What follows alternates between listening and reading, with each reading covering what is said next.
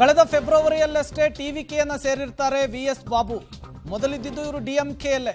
2006ರಲ್ಲಿ DMK ಶಾಸಕರಾಗಿರ್ತಾರೆ VS Babu. ಡಿಎಂಕೆಯ ಮಾಜಿ ಮುಖಂಡನೆದುರು ಈಗ ಸ್ಟಾಲಿನ್ ಸೋಲುಂಡಿದ್ದಾರೆ.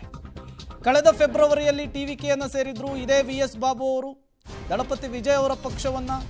ಈಗ ಅದೇ ವಿಎಸ್ ಬಾಬು ಎದುರು ಮುಖ್ಯಮಂತ್ರಿಯಾಗಿದ್ದ ಡಿಎಂಕೆ ಪಕ್ಷದ ಮುಖ್ಯಸ್ಥರಾಗಿದ್ದಂತಹ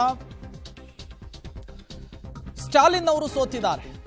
ಇದು ನಿಜಕ್ಕೂ ಕೂಡ ಅತಿದೊಡ್ಡ ಮುಜುಗರದ ವಿಚಾರ ಡಿಎಂಕೆ ಪಕ್ಷಕ್ಕೆ. ಮಾಜಿ ಮುಖಂಡನೆದುರು ಸೋಲಿದ್ದಾರೆ ಈಗ ಸ್ಟಾಲಿನ್ ಅವರು.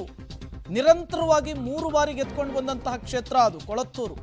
ಕಳೆದ ಫೆಬ್ರವರಿಯಲ್ಲಷ್ಟೇ ಅವರು ಟಿವಿಕೆ ಪಕ್ಷವನ್ನು ಸೇರಿರ್ತಾರೆ, ದಳಪತಿ ವಿಜಯ್ ಅವರ ನಾಯಕತ್ವವನ್ನು ಸೇರಿರ್ತಾರೆ. ಈಗ ಅದೇ ಬಾಬು ಎದುರು ಮುಖ್ಯಮಂತ್ರಿಯಾಗಿದ್ದಂತಹ ಡಿಎಂಕೆ ಪಕ್ಷದ ಮುಖ್ಯಸ್ಥರಾಗಿದ್ದಂತಹ ಸ್ಟಾಲಿನ್ ಸೋಲನ್ನುಂಡಿರುವಂತಹದ್ದು. ಈ ಮೂಲಕ ಅತಿದೊಡ್ಡ ಮುಜುಗರ ಡಿಎಂಕೆ ಪಕ್ಷಕ್ಕಾಗಿದೆ. ನೋಡಿ, ಪಶ್ಚಿಮ ಬಂಗಾಳದಲ್ಲೂ ಸೇಮ್ ಅದೇನೆ ಪ್ಯಾಟ್ರನ್. ಡಿಎಂಕೆ ಟಿಎಂಸಿಯಲ್ಲಿದ್ದಂತಹ ಸುವೇಂದು ಅಧಿಕಾರಿ ಅವರನ್ನು ಬಿಜೆಪಿ ಸೆಳೆದುಕೊಳ್ತು. ಇವತ್ತು ಅತಿದೊಡ್ಡ ಗೆಲುವಿಗೆ ಸುವೇಂದು ಅಧಿಕಾರಿ ಅವರು ಕೂಡ ಪ್ರಮುಖ ಪಾತ್ರರೇ. ಈಗ ಇದೇ ಡಿಎಂಕೆ ಪಕ್ಷದಲ್ಲಿದ್ದಂತಹ ಬಾಬು ಅವರು ಟಿವಿಕೆ ಸೇರಿ ಮುಖ್ಯಮಂತ್ರಿ ಅಭ್ಯರ್ಥಿಯನ್ನೇ ಸೋಲಿಸಿರುವಂತಹದ್ದು ಸಣ್ಣ ವಿಚಾರವೇನಲ್ಲ. ಜೊತೆಗೆ ವಿಜಯ್ ಅವರ ಅಲೆ, ಯೂತ್ಸ್ ಎಲ್ಲರೂ ಕೂಡ ಒಟ್ಟಾಗಿರೋದು, ಮಹಿಳಾ ಮತದಾರರು ಸಾರಾಸಗಟಾಗಿ ಓಟ್ ಹಾಕಿರೋದು, ಇವೆಲ್ಲವೂ ಕೂಡ ಟಿವಿಕೆ ಪಕ್ಷದ ಪ್ಲಸ್ ಆಗಿರುವಂಥದ್ದು. ಜೊತೆಗೆ ದಳಪತಿ ವಿಜಯ್ ಘೋಷಣೆ ಮಾಡಿದಂತಹ ಮ್ಯಾನಿಫೆಸ್ಟೋದಲ್ಲಿದ್ದಂತಹ ಅಂಶಗಳು ಕೂಡ ಮಹಿಳಾ ಮತದಾರರನ್ನು ಸೆಳೆಯುವಲ್ಲಿ ಪ್ಲಸ್ ಆಗಿದೆ.